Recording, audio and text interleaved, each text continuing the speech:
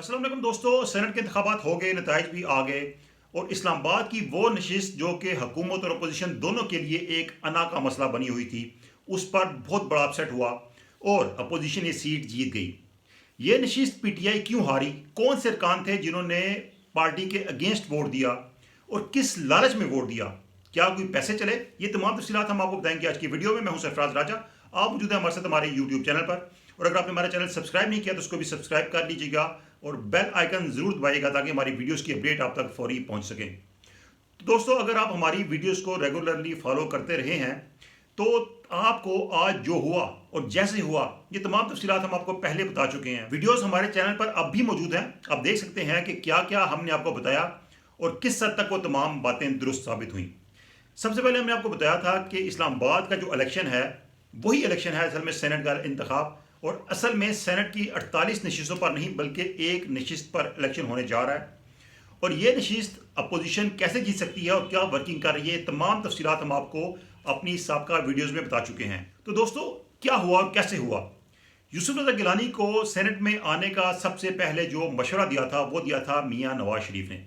उन्होंने कहा था कि आप सेनेट के मेंबर बने और सेनेट में आए, और इस हवाले से उन्होंने उनको ये नहीं कहा था कि वो इस्लामाबाद से बने। ये जो इस्लामाबाद से सेनेट में आने का जो मशवरा था, बेसिकली ये अली हैदर गिलानी जो कि यूसुफ रज़ा गिलानी के साहिबजादे हैं, उन्होंने ये बात जो थी वो की मुस्तफ़ा नवाज खोखर से, जो कि तर्जुमान है बिलावल भुट्टो जरदारी के। और मुस्तफ़ा नवाज खोखर ने ये बात बिलावल भुट्टो जरदारी और फिर आसिफ अली जरदारी तक पहुँचाई।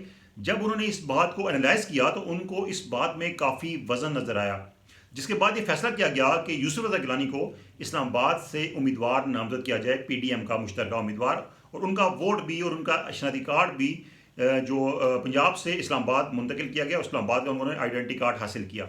अब इसमें जो एक अच्छी बात यह होगी अपोजिशन के लिए कि जो हुकूमत का कैंडिडेट था वो निस्बतन कमज़ोर कैंडिडेट इसलिए साबित हुआ कि वो तहरीक इंसाफ का अपना उम्मीदवार नहीं था, और तहरीक इंसाफ के लोग भी समझते थे कि ये इम्पोर्टेड उम्मीदवार हैं और इनका पार्टी से कोई ताल्लुक नहीं।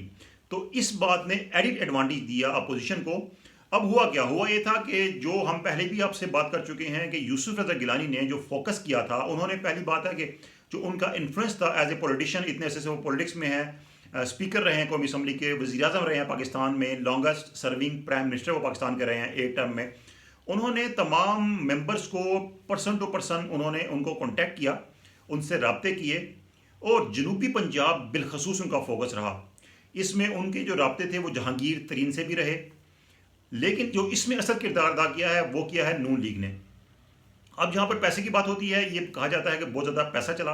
हुकूमत भी इल्ज़ाम लगा रही है अपोजिशन पे कि यहाँ पर वोट खरीदे गए, लेकिन हम आपको अपनी इतलात की बेस पे बता सकते हैं कि इसमें जितना पैसा आप समझ रहे हैं इतना पैसा नहीं चला। इस बात के ये बात मुमकिन है कि पैसा चला हो, लोगों को पैसे की ऑफर दी गई हो, लेकिन एक बात याद रखें, जहाँ पे कंस्टिट्यूंसी पॉलिटिक्स होती है, जो सियासतदान होते हैं वो अपनी कंस्टिट्यूंसी को ज़्यादा फोकस करते हैं। उनका ख्याल ये होता है कि उनकी कंस्टिट्यूंसी उनके हाथ से ना जाए। इससे पहले भी हम आपको बता चुके हैं कि 10 अरकान आइडेंटिफाई किए थे अपोजिशन ने, और ये वो अरकान थे जिनके बारे में अपोजिशन का ख्याल था कि किसी सूरत में हफीज शेख को वोट नहीं देंगे।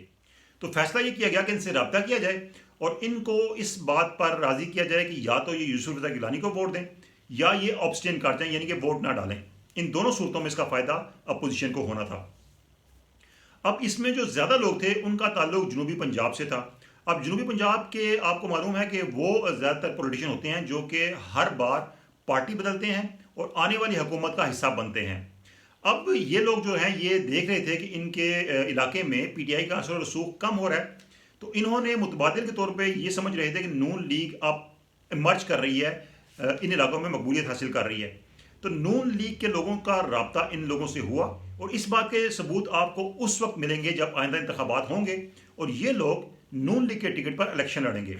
और यही कमिटमेंट्स इन लोगों ने ली कि उनको आइंदा इंतखाबात में नून लीग का टिकट दिया जाए और वो नून लीग के टिकट पर इलेक्शन लड़ेंगे। हमारी इत्तलात के मुताबिक जो जनूबी पंजाब से अरकान हैं उनकी तादाद 7 है। इसके अलावा 3 अरकान जो हैं वो मुल्क के दूसरे सूबों से उनका ताल्लुक है और दूसरे हिस्सों से उनका ताल्लुक है जनूबी पंजाब के अलावा।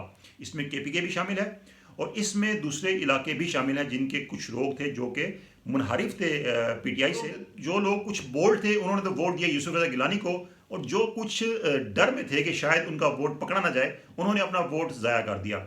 इसका भी अल्टीमेटली फ़ायदा अपोजिशन को हुआ और उनके उम्मीदवार ये इंतखाब जीत गए। अब इसमें कुछ लोग वो थे जिनका ताल्लुक पीटीआई से था, जैसे कि आपको मालूम है शहरयार अफरीदी, वो अपना वोट ज़ाया कर बैठे। आमिर लियाकत हुसैन जो कि खुद ये कह चुके थे कि वो इमरान खान से लॉयल हैं, लेकिन वो हफीज शेख को वोट नहीं देंगे। अब उन्होंने वोट अपोजिशन के हक में दिया या वोट ज़ाया किया, इस बारे में कुछ नहीं कहा जा सकता, क्योंकि इन वोटों की आइडेंटिफिकेशन कोई नहीं।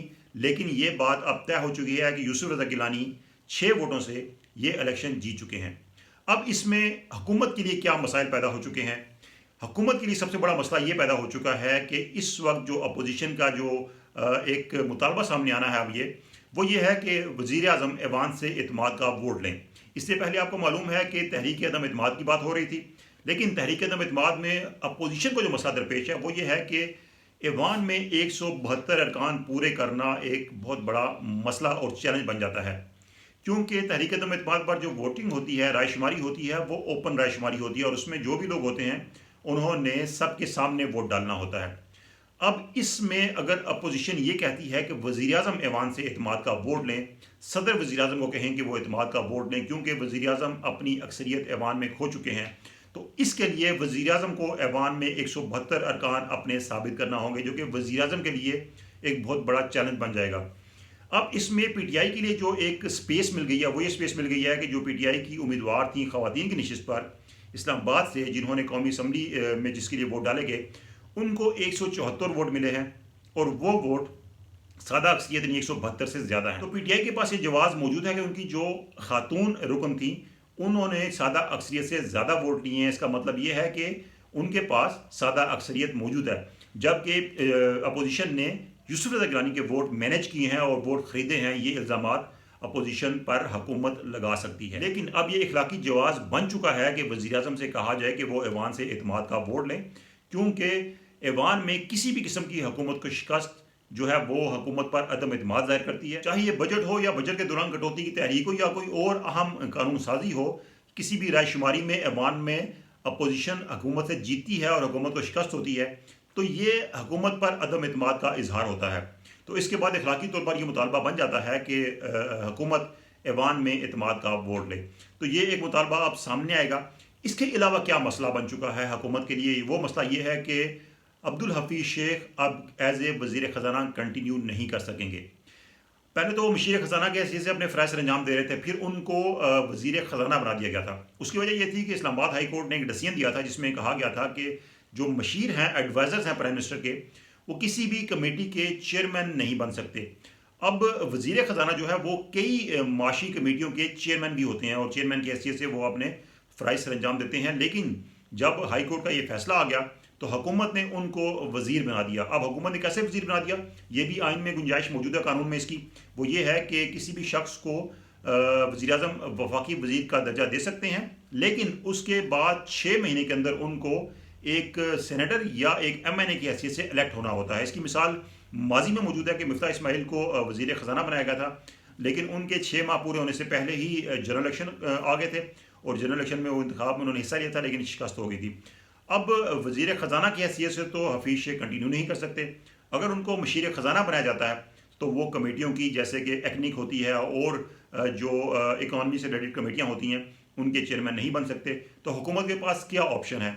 हुकूमत के पास ये ऑप्शन है कि हुकूमत नया वज़ीर ख़जाना लगाए, और अगर वो चाहती है कि हफीज़ शेख कंटिन्यू करें तो उनको मशीर ख़जाना की हैसियत से कंटिन्यू कराया जाए, जबकि जो कमेटीज़ हैं उनके चेयरमैनशिप के लिए किसी और शख्सियत को वज़ीर ख़जाना बना दिया जाए। तो ये भी हुकूमत के लिए बहुत बड़ा मसला दरपेश हो गया है। या दूसरा ऑप्शन ये है कि हफीज़ शेख को सिंध की नशिस्त से दोबारा इलेक्शन लड़ाया जाए, किसी एक रुकन को मुस्तफ़ी करा के, या खैबर पख्तूनख्वा से उनको सेनेटर मुंतखब कराया जाए। तो हुकूमत के पास अब यही ऑप्शन है कि वो किसी तरीके से हफीज़ शेख को सेनेट में लेके आएँ और उनको बतौर वज़ीर ख़जाना कंटिन्यू कराएं। अदरवाइज़ उनको बतौर वज़ीर ख़जाना या मशीर ख़जाना भी कंटिन्यू कराना मुश्किल हो जाएगा हुकूमत के लिए और काफ़ी मसाइल पैदा होंगे। तो ये तमाम तर अब सूरत हाल अब बन चुकी है हुकूमत के लिए। और इससे अगला जो अहम मरहला है वो है चेयरमैन सेनेट का इंतखाब। अगर अपोजिशन अपना चेयरमैन सेनेट ले आती है तो ये हुकूमत के लिए एक और बहुत बड़ा धचका होगा। और उसके बाद 18 मार्च का डस्का का इलेक्शन, अगर वो इलेक्शन हुकूमत हारती है तो ये फिर अपोजिशन के लिए सोने पर सुहागा होगा और उनकी तहरीक जो है वो मज़ीद जो उनकी मुतालबात हैं उसमें शिद्दत आती जाएगी। और जैसा कि कई कह चुके हैं अपोजिशन के रहनुमा कि शायद लॉन्ग मार्च की ज़रूरत ही ना पेश आए। और अपोजिशन हम आपको ये भी बता दें कि लॉन्ग मार्च से बचना चाह रही है। उसकी वजह यह है कि 26 मार्च को लॉन्ग मार्च का ऐलान किया गया है और अगर लॉन्ग मार्च किया जाता है तो 10 अप्रैल के बाद रमज़ान शुरू हो जाएगा और 10 अप्रैल रमज़ान में लॉन्ग मार्च को कंटिन्यू नहीं किया जा सकेगा। तो अपोजिशन समझती है कि 10-15 दिन के लिए इस्लामाबाद में धरना देकर हासिल कुछ नहीं होना, इसलिए उससे पहले दबाव डाला जाए हुकूमत पर और इसी तरीके से वज़ीर आज़म पर दबाव बढ़ाकर उनको इस्तीफ़ा देने पर मजबूर किया जाए। ये सियासी सूरत हाल थी, इस पर डेवलपमेंट्स मजीद हो रही हैं और आने वाले दिनों में जो भी अहम डेवलपमेंट्स होंगी हम आपको आगाह करते रहेंगे। हमारी वीडियो आपको अच्छी लगी हो तो इसको लाइक कीजिएगा, दोस्तों के साथ शेयर कीजिएगा और कमेंट्स में अपना फीडबैक ज़रूर दीजिएगा। अल्लाह हाफिज़।